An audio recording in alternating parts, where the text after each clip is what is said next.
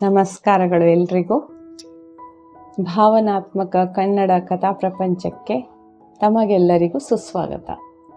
ಇವತ್ತು ದರಗುಟ್ಟಿ ಮಳೆ ಸುರಿದು ಒಂದು ನೂತನ ಕಾದಂಬರಿಯನ್ನು ಪರಿಚಯಿಸಕ್ಕೆ ಬಂದಿದ್ದೀನಿ. ಇದು ದರಗುಟ್ಟಿ ಮಳೆ ಸುರಿದು, ಲೇಖಕಿ ಮಮತಾ ಪ್ರಭು. ಇದರ ಬೆಲೆ ಬಂದು 140 ರೂಪಾಯಿಗಳು. ಹಾಗೆ ಈ ಹೊತ್ತಿಗೆಯನ್ನು ಅವರ ಅಪ್ಪ ಪರಮೇಶ್ವರಪ್ಪ ಅವರಿಗೆ ಅರ್ಪಣೆ ಮಾಡಿದ್ದಾರೆ. ಹಾಗೆ ಅರ್ಥಪೂರ್ಣವಾಗಿ ಅದ್ಭುತವಾಗಿ ಮುನ್ನುಡಿಯನ್ನು ಬರ್ಕೊಟ್ಟವರು RP ವೆಂಕಟೇಶ್ ಮೂರ್ತಿ ಅನ್ನುವರು. ತುಂಬ ಚೆನ್ನಾಗಿದೆ ಈ ಹೊತ್ತಿಗೆ. ಈ ಹೊತ್ತಿಗೆಯಲ್ಲಿ ಏನಿದೆ ಅನ್ನುವ ತಿರುಳನ್ನು ಒಂದು ಪುಟ್ಟ ಕಿರುನೋಟದೊಂದಿಗೆ ಪರಿಚಯ ಮಾಡ್ಕೊಂಡು ಬರೋಣ ಬನ್ನಿ. ದರಗುಟ್ಟಿ ಮಳೆ ಸುರಿದು, ಇದು ಕಾದಂಬರಿಯ ಹೆಸರು. ಶಿಕ್ಷಕಿ ಮಮತಾ ಪ್ರಭು ಅವರ ಕಾದಂಬರಿ. ಇದೊಂದು ಹೊಸತನ ಹೊತ್ತ ಹೊತ್ತಿಗೆಯೆಂದರೂ ತಪ್ಪಾಗಲಾರದು. ಪತ್ರಗಳ ಸರಮಾಲೆಗಳ ಸಾಲುಗಳ ಮೆರವಣಿಗೆಯಿಂದಲೇ ಕಾದಂಬರಿ ಜನುಮ ತಾಳಿದೆ. ಅದರಲ್ಲೂ ರೈತರ ಬದುಕಿನ ಸುತ್ತಮುತ್ತಲ ಹೆಣೆದ ಕತೆ ಇದು. ಪುಸ್ತಕದ ಮುಖಪುಟ ನೋಡಿದ ಕೂಡಲೇ ಓದುವ ಹೆಬ್ಬಯಕೆ ಜಾಸ್ತಿ ಆಗುತ್ತೆ. ಪ್ರೀತಿಯ ಸಹೋದರ ಮಹಂತೇಶ್ ಪ್ರೀತಿಯಿಂದ ಕಳುಹಿಸಿಕೊಟ್ಟ ಪುಸ್ತಕ ನನಗೆ. ನನ್ನ ಕೈ ಸೇರಿದ ತಕ್ಷಣದಿಂದ ಪುಸ್ತಕವನ್ನು ಬದಿಗಿಡಲು ಮನಸ್ಸಾಗಲೇ ಇಲ್ಲ. ನನ್ನ ಕೆಲಸದ ಒತ್ತಡದ ನಡುವೆ ಸಿಗುವ ಸೈಕಲ್ ಗ್ಯಾಪ್ನಲ್ಲೇ ಓದಲು ಪ್ರಾರಂಭಿಸಿದೆ. ನಿಜಕ್ಕೂ ನನಗೆ ತುಂಬ ಅಚ್ಚರಿ ಹಾಗೂ ಖುಷಿ ನೀಡುತ್ತಾ ಹೋಯಿತು ಈ ಹೊತ್ತಿಗೆ. ಅರೆ, ಹೀಗೂ ಬರೆಯಬಹುದಾ ಅನಿಸಿತು. ಇದೊಂದು ಪ್ರೇಮ ಪತ್ರಗಳ ವಿನಿಮಯದ ಕೌತುಕ ಹೊಂದಿರುವ ಕತೆ. ಆದರೆ ಕತೆಯ ಹೂರಣ ಮಾತ್ರ ಭೂವಡಲಗಾತೆ.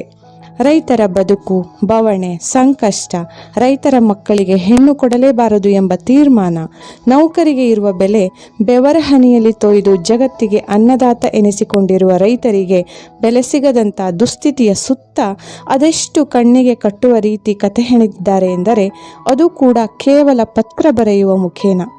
ನೌಕರಿ ಮಾಡುವ ಹೆಣ್ಣು ಮಗಳು ರೈತ ಹುಡುಗನ ಮೆಚ್ಚಿ ಆರಾಧಿಸುವ ಬಗೆ, ಅವಳ ಮನೆಯಲ್ಲಿ ಒಪ್ಪದೇ ಇರುವಾಗ ಆ ಪ್ರೇಮಿಗಳು ವಿರಹ ಮದುವೆಯಾಗಲು ತಡೆಗೋಡೆ ಆದ ರೈತ ಬದುಕಿನ ಪರಿಸ್ಥಿತಿಗೆ ನರಳಾಡುವ ಅಲವತ್ತುಕೊಳ್ಳುವಿಕೆಯ ಚಿತ್ರಣ ಕಣ್ಣಿಗೆ ಕಟ್ಟುವುದಲ್ಲದೆ ಆ ಪಾತ್ರದಲ್ಲಿ ನಾವೇ ಕಳೆದು ಹೋಗಿಬಿಡುತ್ತೇವೆ.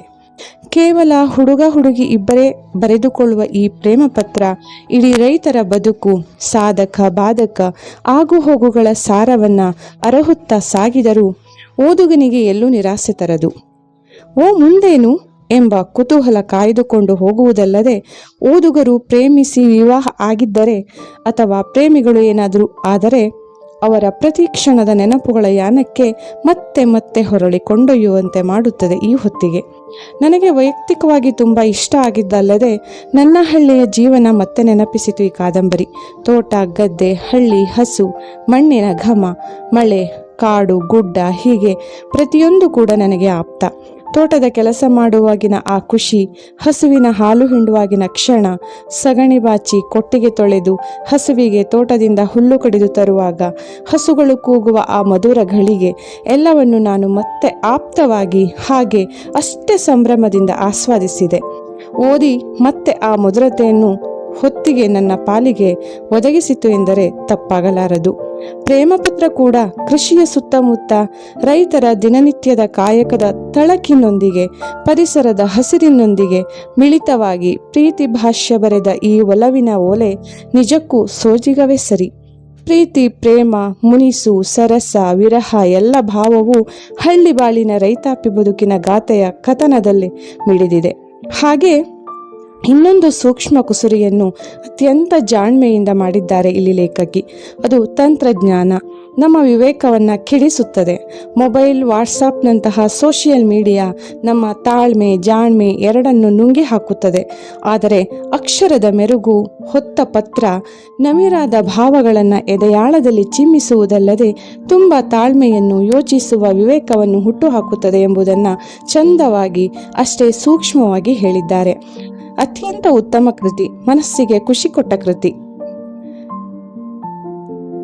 ಓದಿದ ದಿನದ ಅಕ್ಷರದ ರಸದೌತಣ ಉಂಡ ಖುಷಿ ನನ್ನೊಳಗೆ. ಉತ್ಪ್ರೇಕ್ಷೆಯ ಮಾತು ಖಂಡಿತ ಇಲ್ಲ, ಚಂದದ ಕೃತಿ. ಇನ್ನೂ ಹೆಚ್ಚಿನ ಇಂತಹ ಉತ್ತಮ ಕೃತಿಗಳು ನಿಮ್ಮಿಂದ ಮೂಡಿಬರಲಿ. ಓದುವ ಸೌಭಾಗ್ಯ ನಮ್ಮದಾಗಲಿ. ಶುಭವಾಗಲಿ.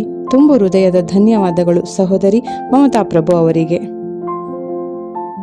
ದರಗುಟ್ಟಿ ಮಳೆ ಸುರಿದು ಕಾದಂಬರಿಯ ಕಿರುಪರಿಚಯ ನಿಮ್ಗಾಯ್ತು ಅನ್ಕೋತೀನಿ. ತುಂಬ ಚೆನ್ನಾಗಿದೆ. ಮಮತಾ ಪ್ರಭು ಇವರು ಸಹ ಶಿಕ್ಷಕಿ, ಕರ್ನಾಟಕ ಪಬ್ಲಿಕ್ ಶಾಲೆ ಹಳೆಬೀಡಲ್ಲಿ. ತುಂಬ ಚೆನ್ನಾಗಿ ಬರೆದಿದ್ದಾರೆ ಕೂಡ. ನೀವು ಆಸಕ್ತಿ ಇರುವವರು ಕೊಂಡು ಓದಿ. ಕನ್ನಡವನ್ನ ಉಳಿಸೋಣ, ಬೆಳೆಸೋಣ. ಹಾಗೆ ಇಂದಿನ ಯುವ ಸಾಹಿತಿಗಳನ್ನು ಕೂಡ ಬೆಳೆಸೋಣ. ಅತ್ಯದ್ಭುತವಾದ ಪ್ರತಿಭೆಗಳು ಬೆಳೆಯಲಿ, ಉಳಿಯಲಿ ಅನ್ನುವ ಕಾರಣಕ್ಕೆ ಮತ್ತೆ ಕುವೆಂಪು, ಅನಕ್ರ, ದ.ರಾ. ಬೇಂದ್ರೆ, ತ್ರಿವೇಣಿ, ಸಾಯಿಸುತ್ತೆ ಇಂಥವರ ದಿಗ್ಗಜ ಸಾಹಿತಿಗಳ ಪ್ರತಿರೂಪ ಮತ್ತೆ ಅವತರಿಸಲಿ ಇಂದಿನ ಯುವ ಸಾಹಿತ್ಯ ಬರಹಗಾರರಲ್ಲಿ ಅಂತ ಹಾರೈಸುತ್ತಾ, ಹಾಗೆ ಲೇಖಕಿ ಮಮತಾ ಪ್ರಭು ಅವರಿಗೆ ಶುಭವಾಗಲಿ. ಇನ್ನೂ ಹೆಚ್ಚಿನ ಕೃತಿಗಳು ನಿಮ್ಮಿಂದ ಮೂಡಿ ಬರಲಿ ಎಂದು ತುಂಬು ಹೃದಯದಿಂದ ಹರಸುತ್ತಾ ಹಾರೈಸುತ್ತಾ ಇಲ್ಲಿಗೆ ಇವತ್ತಿನ ಕಾರ್ಯಕ್ರಮವನ್ನು ಮುಗಿಸ್ತೇನೆ. ಇನ್ನೊಂದು ಹೊಸ ಕೃತಿಯೊಂದಿಗೆ ಮತ್ತೆ ಭೇಟಿಯಾಗೋಣ. ತುಂಬು ಹೃದಯದ ಧನ್ಯವಾದಗಳು. ನಮಸ್ಕಾರ. ಹಾಗೆ ಈ ವಿಡಿಯೋ ಇಷ್ಟ ಆದಲ್ಲಿ ಲೈಕ್ ಮಾಡಿ, ಶೇರ್ ಮಾಡಿ, ಸಬ್ಸ್ಕ್ರೈಬ್ ಆಗಿ. ಧನ್ಯವಾದಗಳು.